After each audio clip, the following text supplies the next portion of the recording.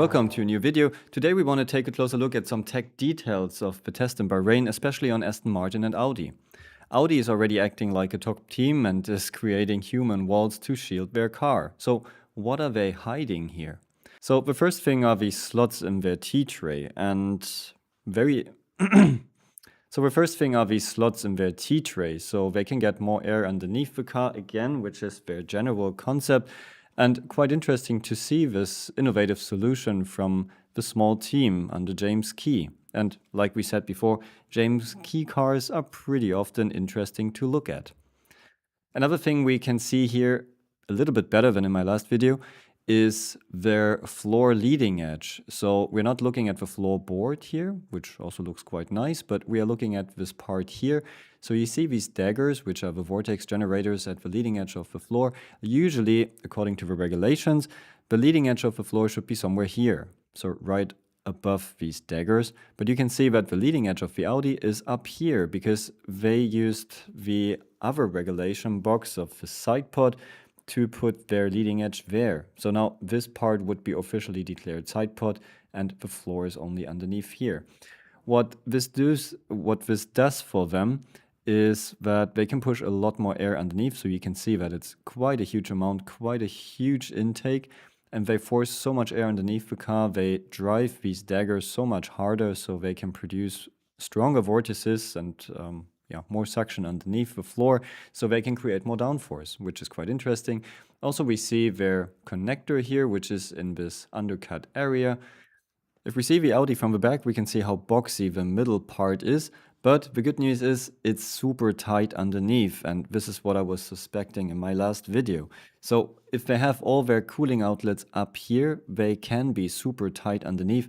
And we can see this here, it's basically only the width of the gearbox. So it's pretty much a size 0 concept. So the bodywork is directly the skin of the gearbox by the looks of it. You can also see how they use the rear wing mounting here, pretty much like a beam wing. So that's also an aero element with a certain angle. And you can see this strange angle here of the exhaust, and the reason for that is because they mount their wishbone here in a pretty high position. So that's actually quite similar to the Aston Martin. So it's a pretty high element here, which gives them another aero element. And also wishbones are aerodynamically shaped parts, so they move and they can also change their angle because the wheel is going up and down, so you can engineer their movement actually.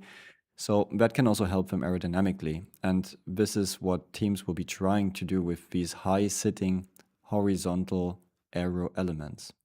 Another thing you can see here are these louvres, which are in this downwashing area, and you can also see this water slides here again, which is not ideal because you mix these cooling losses with the clean downwashing air and you let it flow on the downforce producing parts at the back. So you would want to avoid that. It's better to have these louvres up here so they don't really disturb anything important at the back. But by positioning the louvres in the upper section, they of course have a longer way from the radiators to reach the louvres, and this can cause problems. Another interesting detail here is that they use the suspension opening as an outlet for the cooling air. So these so-called cannon outlets, so they're just pointing backwards. And it's a nice, clean, efficient solution. So teams are using rakes again, and we can see the so-called front wheel wake rake and also a rearward rake here. So with the front wheel wake rake, you analyze the flow of the front wing and especially of the front wheel wake. So you want to see if the wake in reality is the wake you see in CFD and in the wind tunnel. And that is super important for teams because you design everything around the car to manage this wake. And if you have a wrong picture of that or a wrong understanding of that, everything you do could be wrong. So this is what we call correlation. On the other hand, it's not quite ideal to run two rakes at the same time because the second rake will measure the disturbances of the first one as well, so the data for the second one won't be as accurate. But on the other hand, you save yourself some time at the track and maybe the disturbances are not that great because these rakes were also getting better and better over the last years because they all have arrow shapes, they disturb the air much less than older rakes, and it just saves the team some time at the track now. so they don't need an extra run with a separate rake. And now let's come to the Aston Martin. So at the Aston Martin, we can see that their rear wishbone is mounted really high, and we can see this extension from the gearbox coming up here. We see this is transitioning into the pillar for the rear wing. And we can see that the pillar pretty much starts here. So they have a cover here to reach the connectors for the hydraulic lines and for the electrical lines for the rear wing. So the lower section will be designed super tough, and you can also see that there's a lot of material underneath that exhaust pipe. And then you have this upper structure, which needs to be super stable to be able to take all the forces from the gearbox. And then there's a lighter structure on top of that with a slightly different profile for the rear wing. We see some temperature stickers here, which is important to see which temperature is being reached while running. And this whole structure would be a lot more stable if they would connect it through the exhaust pipe to the other side. But on the other hand, you would obstruct the exhaust flow and then probably need a bigger diameter for the exhaust pipe in this area. So that's not really a good idea. I guess by just creating this extension here in a super tough way, they can get away with it, and they don't need to block the exhaust in any way. For the DS port on the Aston Martin, I was initially thinking that this is not ready yet at the shakedown, but it looks like it's their finished design because it wasn't really covered down here. But actually, instead of having one big aerodynamically shaped shroud, you now have two smaller ones, which produce less boundary layer and which could disturb the flow less. So maybe that's the intention here, and it looks like they're just machined aluminium parts. We can see two links here. So the upper link is to stabilize the rotational axis, so you can actually see where the rotational axis is. So this is further back. And you have the link to pull the leading edge up. Interesting is that the Alpine team is doing this the other way around. So they fix close to the leading edge, and they have another link to pull the trailing edge up or down. Another interesting feature here is this upwashing structure on the outside of the end plate. And quite interesting is their suspension design. So you can see this is the rearward leg we were just looking at, so connected to the rear wing pillar. Then we have the push rod coming up here. This is the rocker. And then we can see the heave damper.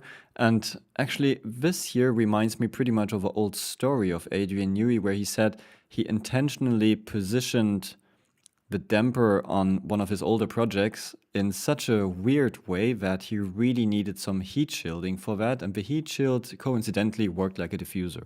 So in this case here we can see that this damper is very close to the exhaust, which is not really good for this part, but it has an aerodynamically shaped shroud. I mean, here underneath the engine cover it doesn't really do much, but this would basically just be a shroud to minimize the drag which is caused by this horizontally lying damper in the airflow.